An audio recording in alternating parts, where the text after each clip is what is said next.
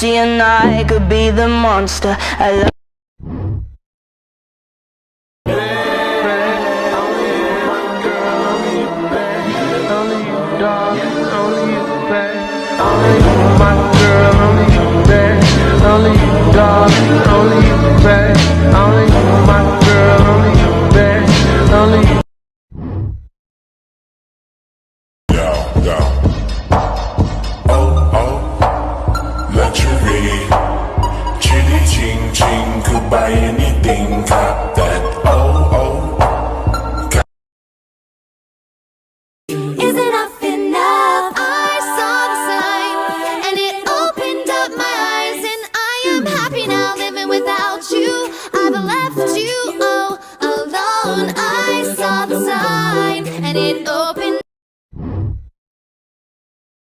I'm just now, internally, asking myself in quite a worried way whether I might have made an error.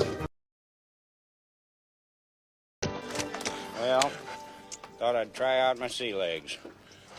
Well, you ain't got no legs, Lieutenant Dane. Yes, I know that.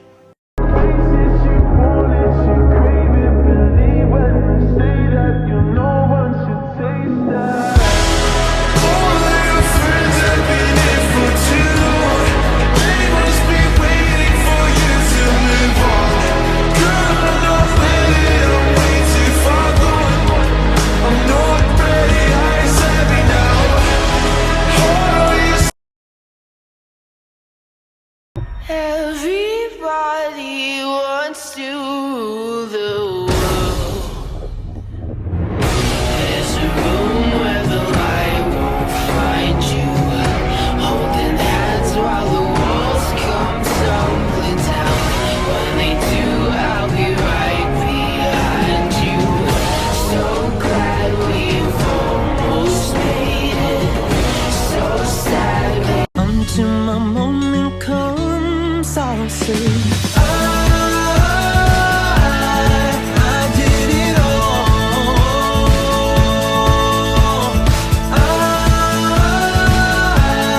I did it all. A fun fact about me is I've never been relaxed ever.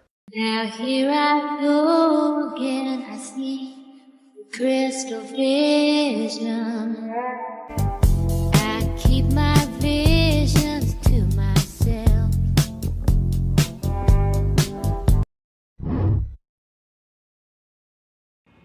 If a book is worth your time, yes or no edition? No. Yes. Yes. No. Yes. Absolutely not. Please spare yourself. Yes.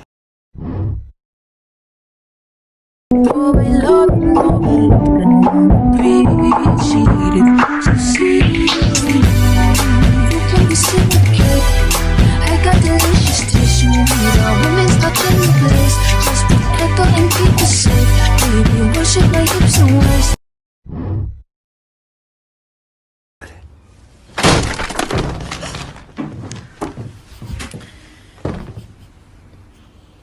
Ding dong.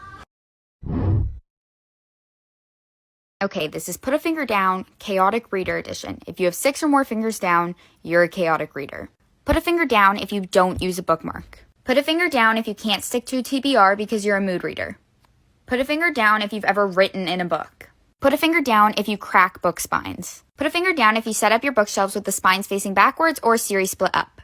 Put a finger down if you can stop reading in the middle of a chapter or sentence. Put a finger down if you dog-ear your favorite parts in a book. Put a finger down if you've reread a book over 50 times. Put a finger down if you dropped your book in the tub or showered with a book. Put a finger down if you buy more books than you read.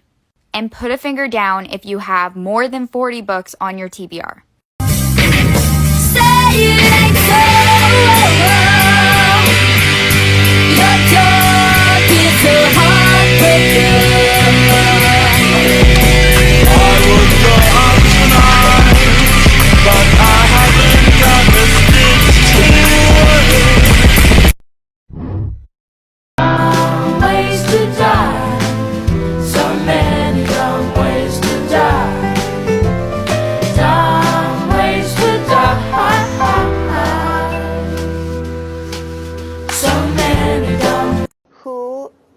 say is your best friend? Probably Courtney, even though she's not that nice to me. Very chill, very mellow. Ethereal. You're not trying too hard.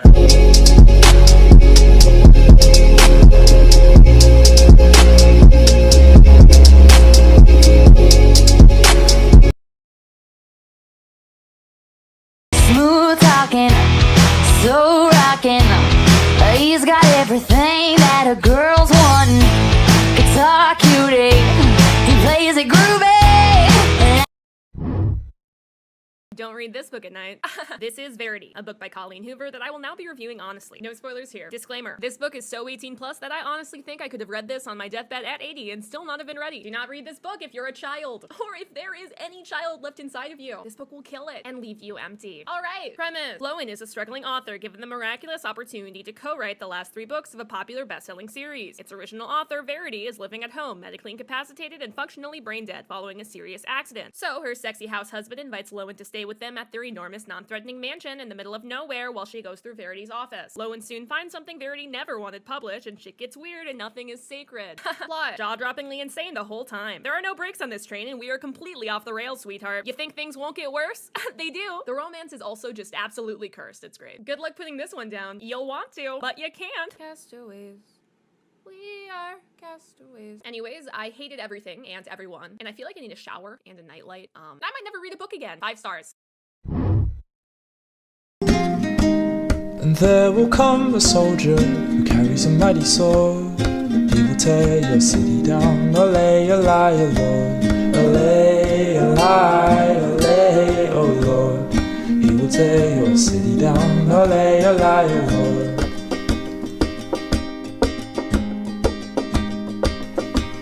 And there will come a poet whose weapon is a sword. He will slay you with his tongue. Olay, olay, oh Lord.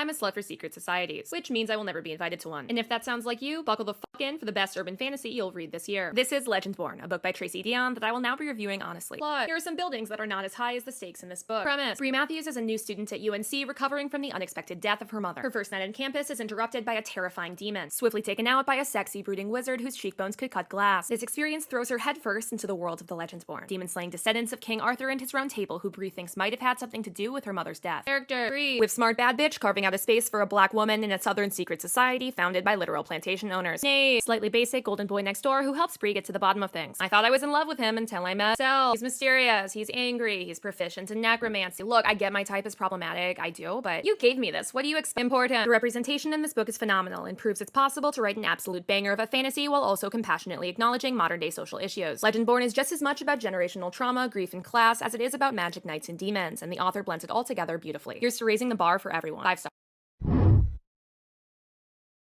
No, I don't think you understand. I'm obsessed.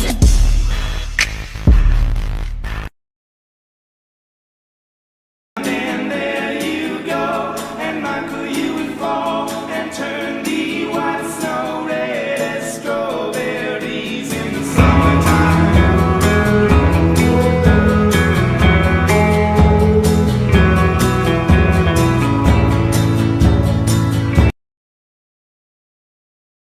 One of my coworkers said that me talking about books all the time made him want to get back into reading. And so he was like, do you have a book rec? I just need it to be gay. And I was like, do you like fantasy? And he was like, yeah. And I was like, do you like supernatural stuff? And he was like, yeah. And I was like, you should read Cemetery Boys. And he was like, And I was like, gay, trans, Latinx. And the dude summons the wrong ghost. He immediately wrote it down. The agenda. I have an agenda and it's working.